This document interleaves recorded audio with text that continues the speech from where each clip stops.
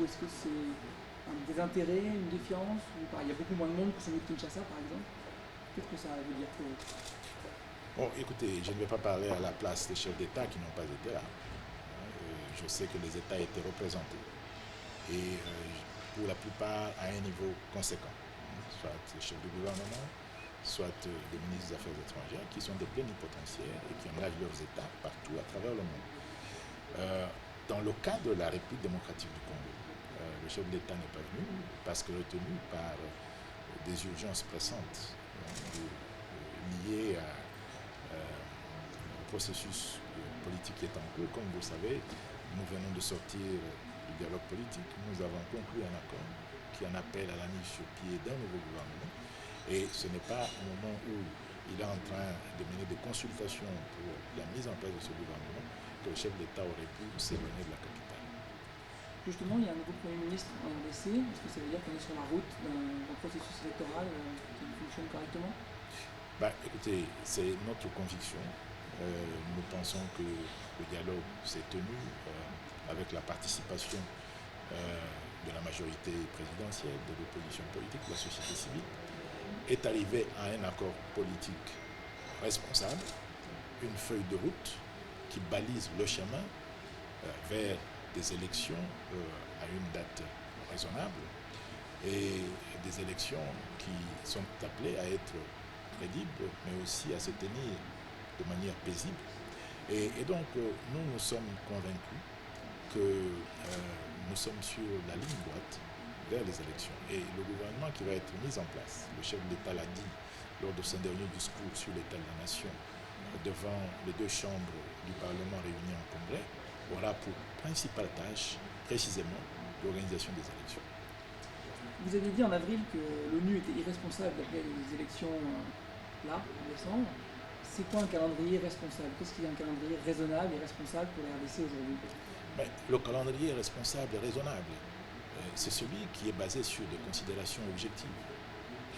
Les élections, pour qu'elles soient bonnes, ont des exigences techniques, politiques, sécuritaires.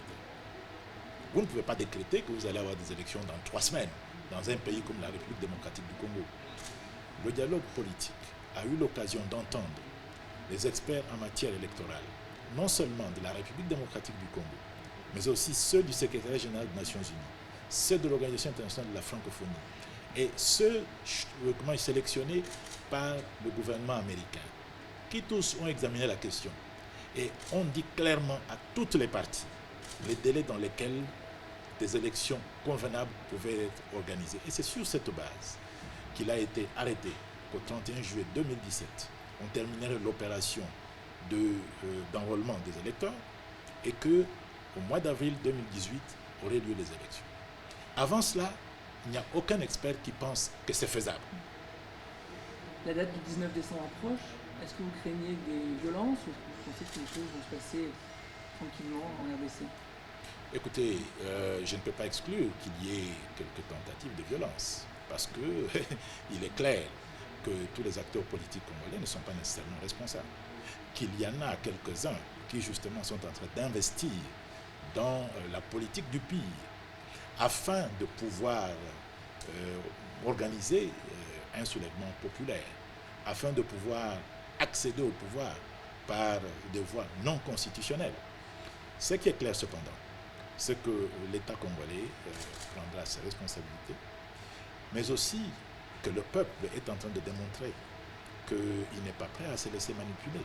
Vous avez certainement suivi qu'à plusieurs reprises, cette frange extrémiste de l'opposition a lancé des appels à des activités ville morte ou marches ou ceci et cela, qui n'ont pas été suivies par la population. Donc nous avons pleine confiance que le peuple congolais est conscient de ceux qui, dans ce débat, sont de bonne foi, ceux qui, dans ce débat, défendent la Constitution et qu'ils ne vont donc pas se prêter à des schémas hasardeux débouchant sur la violence ou le chaos dans le pays. Comment certaines personnes disent que les opposants ont eu peur d'aller manifester, peur de la répression policière? Qu'est-ce que vous répondez à ça? Écoutez, la répression policière, je ne c'est à eux à décider. Mais je pense que les, quand ils lancent ces appels, ils appellent la population, ils appellent les jeunes à descendre dans la rue. Moi, je constate que les jeunes n'ont pas suivi. Maintenant, les explications, chacun peut donner les explications qu'il veut. Michaël Jean, récemment, a dénoncé la coupure de RFI en RDC.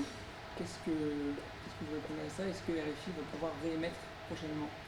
Au moment où j'ai quitté Kinshasa, il y avait une délégation des RFI à Kinshasa qui était en train de discuter avec les autorités congolaises. La position de la République démocratique du Congo est très simple. Nous ne pouvons pas dire que nous voulons construire un état de droit et ne pas respecter les lois du pays. La position du gouvernement congolais est basée sur la loi congolaise. Nous ne disons pas que RFI ne devrait pas émettre. Nous disons que si RFI veut émettre en continu, RFI doit se conformer à ce que demande la loi. RFI doit établir un partenariat avec un opérateur local où RFI doit mettre sur place une société sur place dans laquelle il y aurait une représentation majoritaire des nationaux congolais. Et ça, ce n'est pas une loi qui vient d'être adoptée maintenant, c'est la loi congolaise. Donc c'est tout. J'ai une dernière question, une toute dernière question vraiment. Quel message Joseph Kabila doit faire passer en fin d'année pour maintenir justement le calme en RDC? Non, mais Joseph Kabila a déjà parlé. Vous voulez qu'il parle combien de fois, monsieur? Je crois que Joseph Kabila a parlé et la réponse de son peuple est très claire. Après son message devant la nation, il n'y a pas eu d'agitation. Il a le même Premier ministre qui a été célébré à travers le pays, comme aucun autre Premier ministre avant. Et les gens attendent tranquillement la formation du gouvernement. Et nous venons de passer un 19 où on nous avait annoncé, comment dirais-je, l'Armageddon, et rien n'est arrivé. Alors qu'est-ce que vous voulez que Joseph Kabila dise? Je crois qu'entre le Joseph Kabila et son peuple, il y a une compréhension mutuelle. Et ceux qui ne comprennent pas, ce sont qui ont d'autres schémas pour la République démocratique du Congo, mais ces schémas ne réussiront pas. Vous pouvez être certain de ça. Merci, M. le ministre. Je vous en prie.